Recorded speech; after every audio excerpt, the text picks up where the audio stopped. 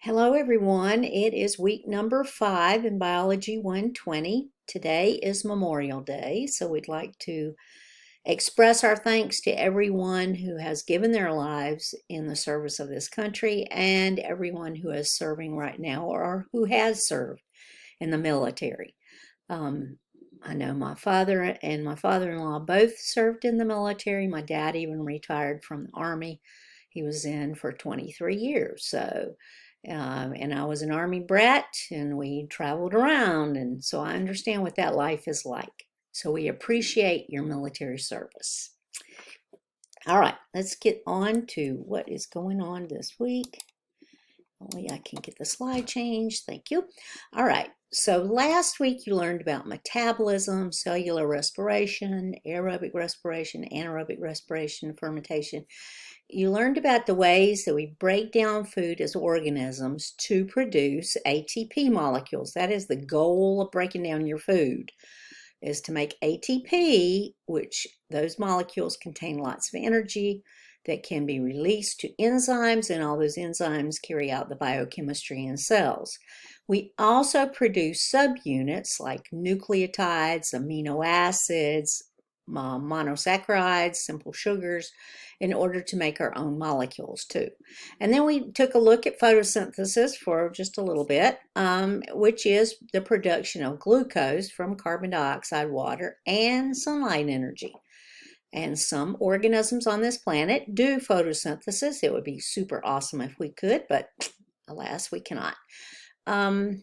So some organisms do photosynthesis, and this is a main portion of the autotrophs or self-feeders on the planet. All right, this week is all about DNA, the molecule. Wait a minute, here we go. The molecule of DNA, deoxyribonucleic acid. How it copies, how it was discovered, and how it is used in cells. And so read through, at least skim through, chapters 10, 14, and 15 in your OpenStax Biology 2nd edition textbook, because that's exactly what they tell you about. What is this molecule? That's chapter 10, and how does it replicate or make a copy of itself?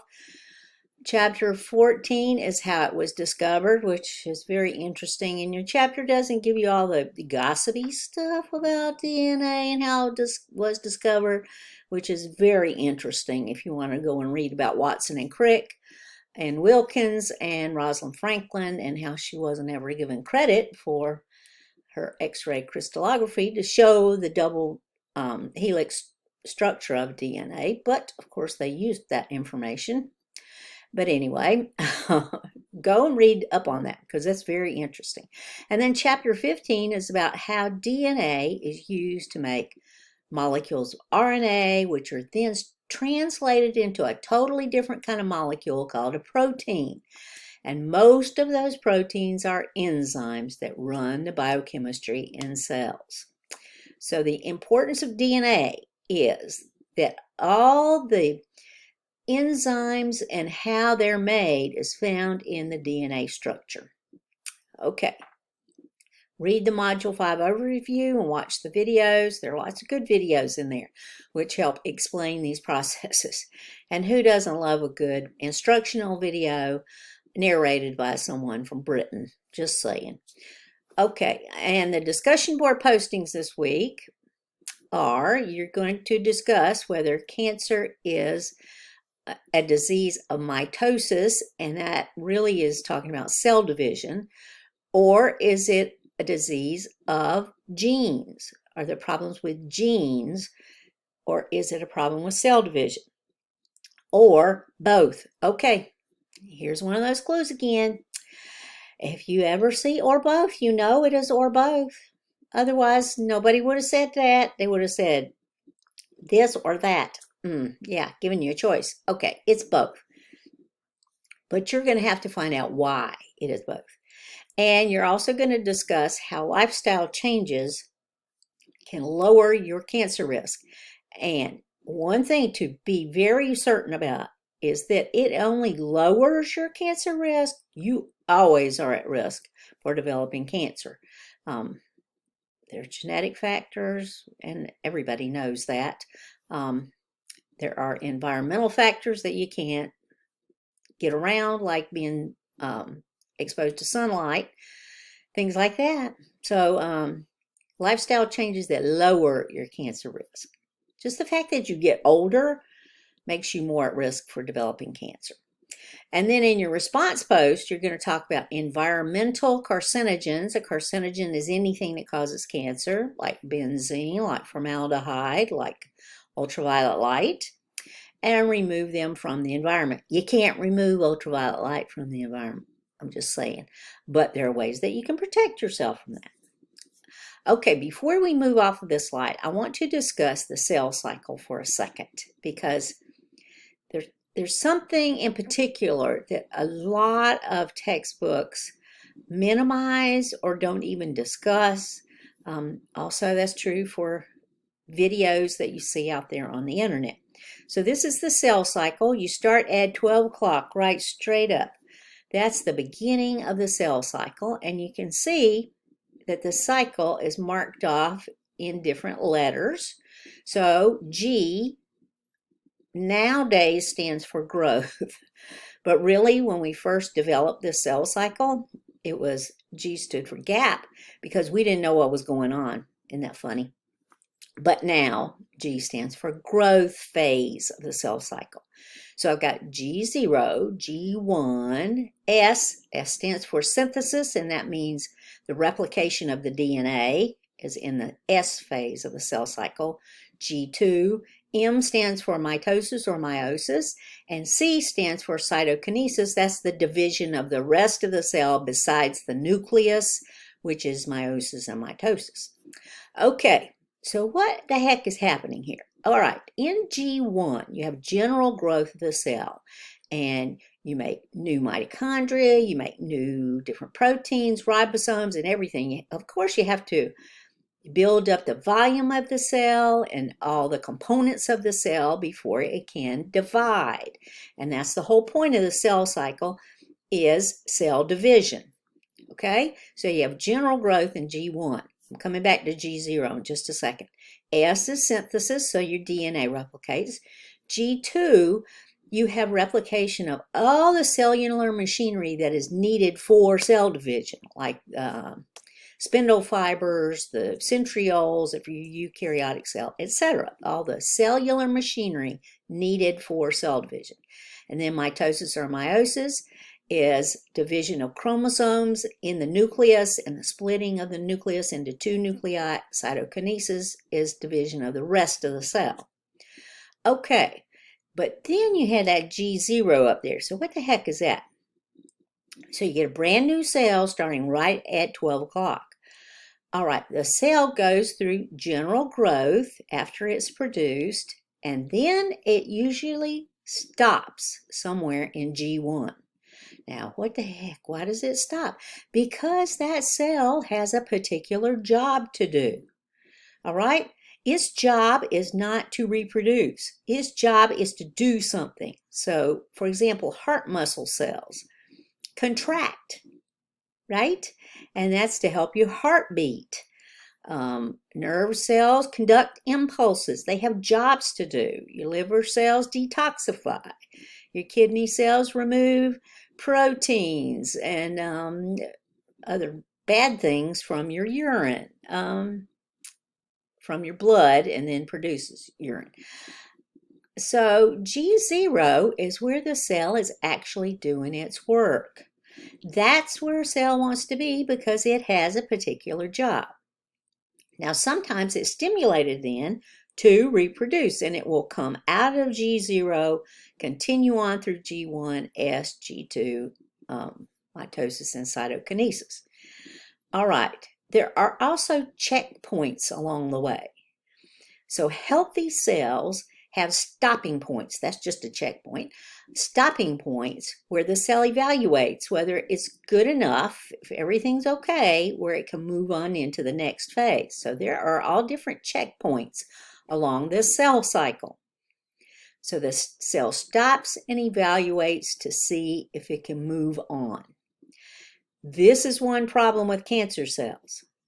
They do not recognize, or at least listen to, those checkpoints. And so cancer cells divide out of control. They divide and divide and divide, and they never stop dividing. They never reach G0. They just keep on dividing. And if they spread through metastasis into the rest of your body, then all those cells are taking up nutrients that your normal body cells need. Cancer cells are your cells that are dividing out of control. So you can see that that's definitely a problem with the cell cycle. But in that discussion, you're also going to find out about genes that either suppress tumors or encourage cancer cells, oncogenes, that hopefully are turned off in you. So you're going to learn about those when you look up information so that you can post something in the discussion board. So I just wanted to mention the cell cycle and especially G0 because a lot of people leave that out and it's really important. Okay, this week you will also turn in milestone 3 of the final project. Now the format of this is PowerPoint slides, not an outline. Please follow the instructions for this milestone. So look at the guidelines and rubric for that. So milestone 3 of the final project is more about how you fix this problem, what are some ethical and legal concerns about this, positive and negative aspects of the issue, because there are always going to be positives as to why even a bad thing is happening. It must benefit someone in some way. Yeah, it's usually people. For this issue to continue, and personal impact. What are you going to do about you yourself? Okay, so let's look at these for just a second because some of them sound kind of similar. Methods of conservation for your particular problem. All right, so this is prevention. How can you prevent this particular thing from happening? How can you prevent water pollution of groundwater from happening? Prevention. Methods of conservation. Education. Why is education about this topic important? Don't just say it's important to tell everyone about this. No, why is it important? Solutions. How do we fix this problem? So if you're talking about water pollution of groundwater, how are we going to take the mercury out of the water in South Carolina that's flowing in our groundwater, which is the water underground, not on top of the ground?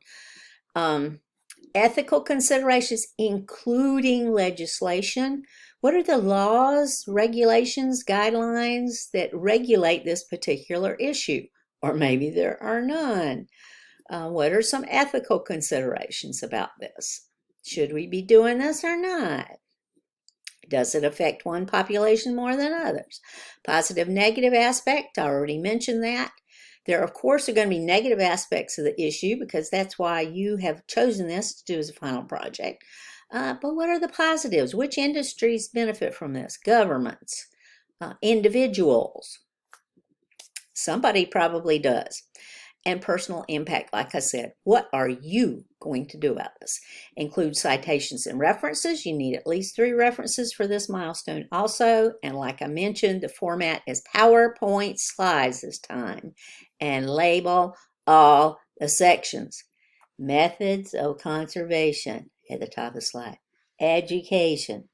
Solutions. Okay? Please label the sections. If I can't tell what they are, how am I going to grade that section for this milestone? That's all I'm saying. Okay? All right. And last of all, you can leave this off if you want to, but I love DNA fingerprinting. Oh my goodness.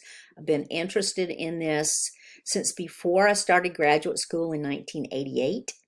And you'll see that this has to do with that time period too.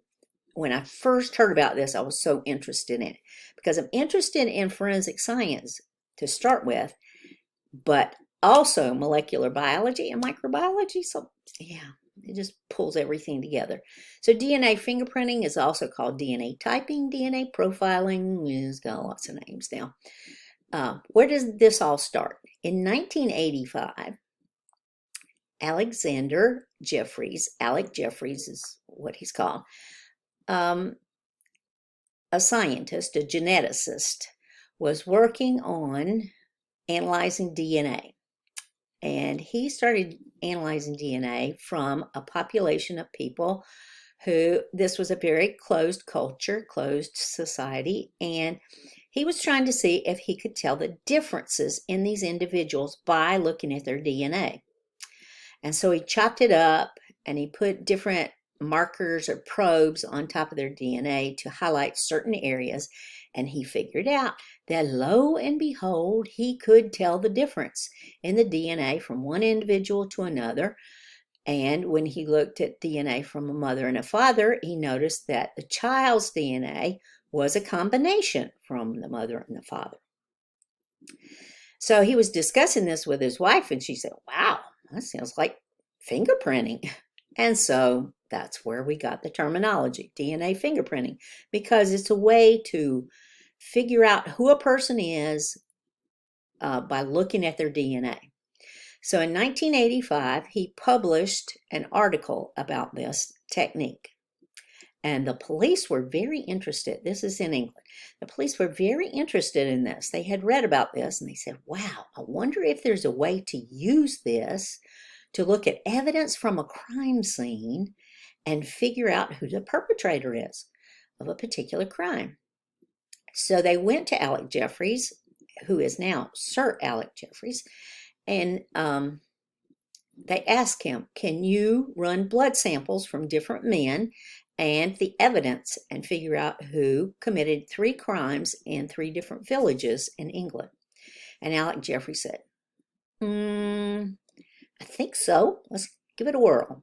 So they started collecting blood. Now, over in England, people don't have civil rights like they do here. And so they could just require all the men in the 3 villages to come in and give blood samples. So they did. And Alec Jeffries ended up with over 5,000 blood samples and evidence from each of those crime scenes. These were murders, rapes and murders of 3 young teenage girls. So he started running the blood samples, and he had already run the evidence, and he was not coming up with a hit, not coming up with a hit, not coming up with a hit. They got a fellow to confess, the police did. He was a worker at a mental institution there near the village, one of the villages. And the fellow just confessed up one side and down the other. Well, they collected his blood, sent it to Alec Jeffries, and he said, "I got good news and I got bad news. There's the same perpetrator committed these 3 murders, but your dude over there is not the one that did this." So the first time the DNA fingerprinting was used in a criminal setting, the person was shown to be innocent. So the police said, "Okay, we're just going to keep collecting blood samples then." So they did. All right, fast forward, Ian Kelly, a fellow, went to a bar and he started drinking. And he was hanging out with a bunch of his buddies and friends. And he started telling a tale about Colin Pitchfork, who was another of their friends. And he said, "Yeah, Colin told me and gave me some money to go in and give my blood sample a second time and say I was him because he's got the flu." Well, this did not sit well with one of the females in the group. And she said, "That is not passing the sniff test." So she went to the police, and the police went to Colin Pitchfork and collected a blood sample. Lo and behold, Colin Pitchfork was the perpetrator of these 3 murders. He was a family man. He had a wife and children, a house, a good job. No one suspected him. And he is serving life in prison right now in England because of these 3 murders. So, of course, police departments all around the world were very interested in this technique. In 1988, the FBI began using this technique. And this technique is the one that you see in my picture here. It's called RFLP, and it requires a lot of good sample before you can get identification. And, you know, some people say DNA fingerprinting is like barcodes, and it is. And back then, that's what it looked like. And that's mainly what I did in my research. But I also used PCR. So RFLP was used first, and then we got a new technique called PCR, which y'all have learned about in lab if you're taking lab, polymerase chain reaction, where you multiply copies of DNA in certain areas. So when you do PCR, you only want to amplify regions where there's a lot of variability between individuals, right? That's how you could tell the difference between individuals. And now there are even newer technologies being developed. And on the horizon, very soon, there will be a type of DNA typing that you can do out in the field, which is amazing. It's coming. So when you use PCR, you can use a degraded sample, much, much less. And you've heard of this, you know, a single hair, DNA from a cigarette butt, touch DNA just from the touching a gun, a wall. You know, you can use a tiny little sample now when you use PCR to help you identify someone. So it's come a long way since 1985. The latest thing has been the use of genealogy websites to catch criminals like the Golden State Killer, Joseph DeAngelo, who committed crimes over 40 years ago, rapes, murders, home invasions. He was horrific, called and taunted his victims that survived and all sorts of things. So the only way that he was caught was through the use of genealogy websites. They took evidence that they had from way back 40 years ago when there was no DNA fingerprinting, and they submitted that DNA, and I can't remember which website it was because there are several, you know. The forensic scientists submitted that DNA to a genealogy website, and they found a relative of his and traced out a family tree to figure out who could have done this, because of course it has to be somebody who was alive 40 years ago, who was at least 20 years old 40 years ago. And they figured out that it was Joseph DeAngelo. They also followed him around until they could get a sample of his DNA from today, tested that, and lo and behold, that matched the evidence. So that's something brand new that has just happened in the last few years and has been used quite a bit now. So there are all kinds of developments having to do with the analysis of DNA and solving crimes, which is awesome. So anyway, since that's a passion of mine, I thought I would share that with you, but you definitely don't have to be watching this part of the video unless you're interested in it. If you need anything this week, please don't hesitate to email me, contact me in some way, put a message in the general discussion board. I'll be glad to answer any questions that you have. There's my email address, m.sigmon@snhu.edu. Just let me know if you need anything this week. And like I said, have a good week.